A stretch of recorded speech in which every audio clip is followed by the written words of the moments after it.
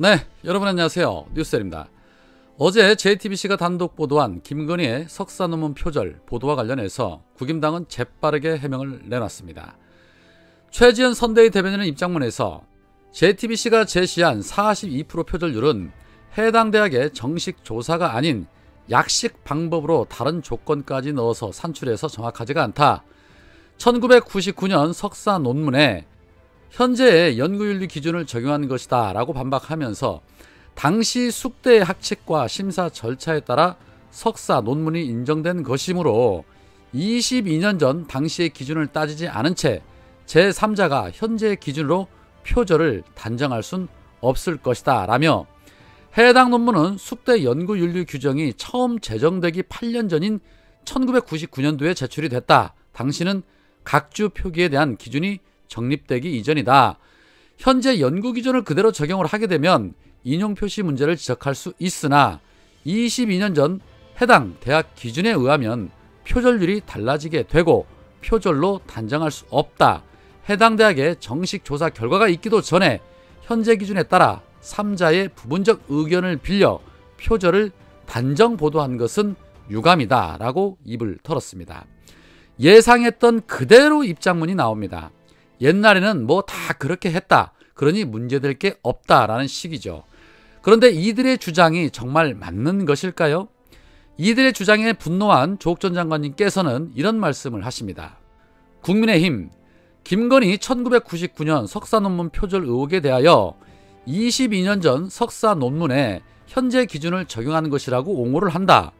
보수 언론도 22년 전 것임을 제목에 넣어서 강조를 한다. 그런데 국힘은 1989년 나의 석사 논문이 표절이니 검증해야 한다고 주장을 했고 보수 언론도 사설이나 칼럼을 통해 검증 필요성을 강조를 했다. 그래서 서울대가 검증하고 결과를 발표했다. 국힘과 보수 언론은 나의 미국 버클리대 로스쿨 박사 논문도 서울대가 검증해야 한다고 서울대를 압박해서 서울대가 검증하고 결과를 발표했다. 당시 미국 버클리대 로스쿨이 표절이 아니라고 했음에도 많이 바라지 않는다.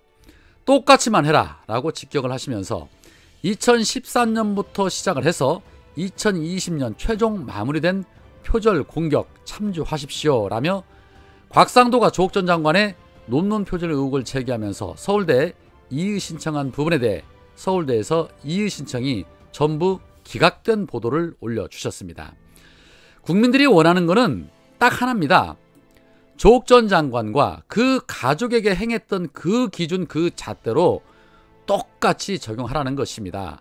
그것이 바로 윤석열이 말하는 공정과 상식 아니겠습니까?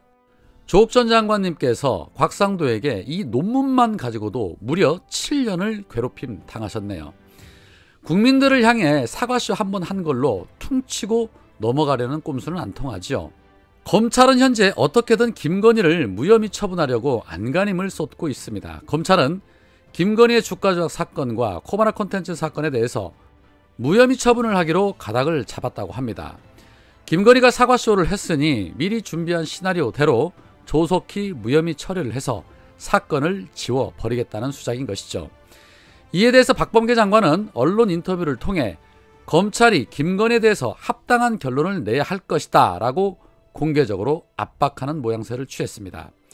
검찰은 분명하게 알아두어야 할 것이 있습니다. 주가 조작 사건에서 돈을 댄 쩐주가 무혐의 처리가 된다라면 대한민국의 주가 조작으로 기소 처리될 사람은 한 명도 없어야 하는 그러한 선례를 만드는 것입니다. 통정 매매까지 한 정황까지 나왔는데 무혐의 처리한다는 것은 검찰 가족은 신성 불가침이라는 검사 동일체 원칙에 따라 처리하는 것으로 간주를 하고 검찰은 해체 대상이 되어야 마땅할 것입니다. 스스로 우리는 해체 대상입니다. 제발 해체시켜주세요 라고 자백하는 꼴이 되는 것입니다. 오늘 이재명 후보의 선대위에 합류한 박영선 전 장관이 한 라디오와의 인터뷰에서 자신이 김건희에 대해서 잘 안다. 옛날부터 전시 기획을 했던 분이다. 기획력, 연출력, 연기력 등이 남들보다 굉장히 차별화된 사람이다 라고 말씀을 하시면서 김건희 사과회견에 대해서 이렇게 말씀을 하십니다. 감성에 호소할 것이고 굉장히 얌전한 사람처럼 나올 것이라고 예상을 했는데 그 예상을 벗어나지 않더라. 평상시 말씀하시는 습관도 그렇게 얌전하게 말씀하시는 스타일이 아니다 라고 말했습니다. 알만한 사람들은 김건희의 원래 모습이 저런 모습이 아니다 라는 것을 다 알고 있다는 얘기지요.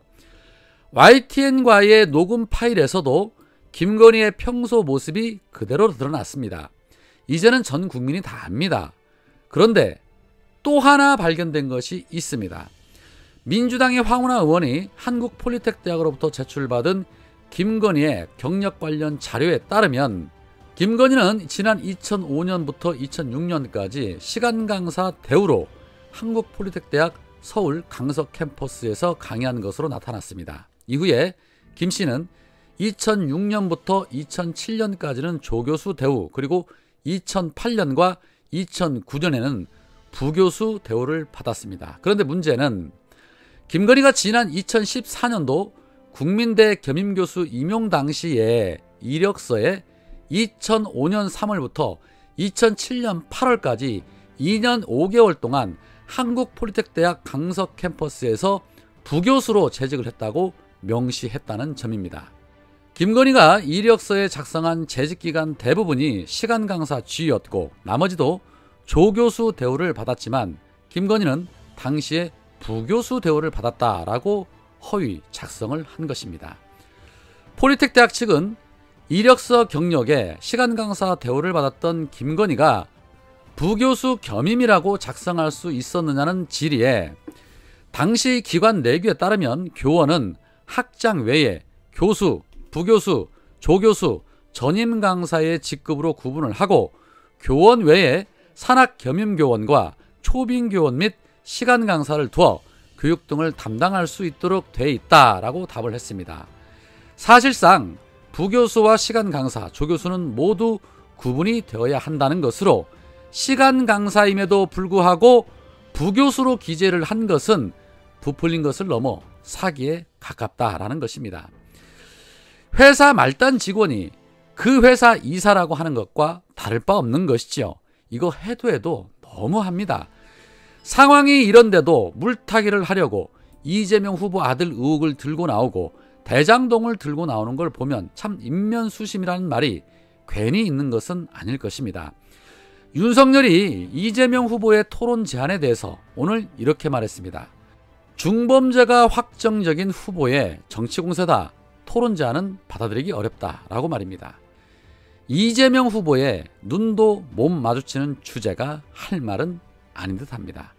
그렇게 당당하면 나와서 토론하시기 바랍니다. 그리고 본인 가족을 먼저 돌아보고 그런 말을 해야지요. 안 그렇습니까? 오늘은 여기까지입니다. 고맙습니다.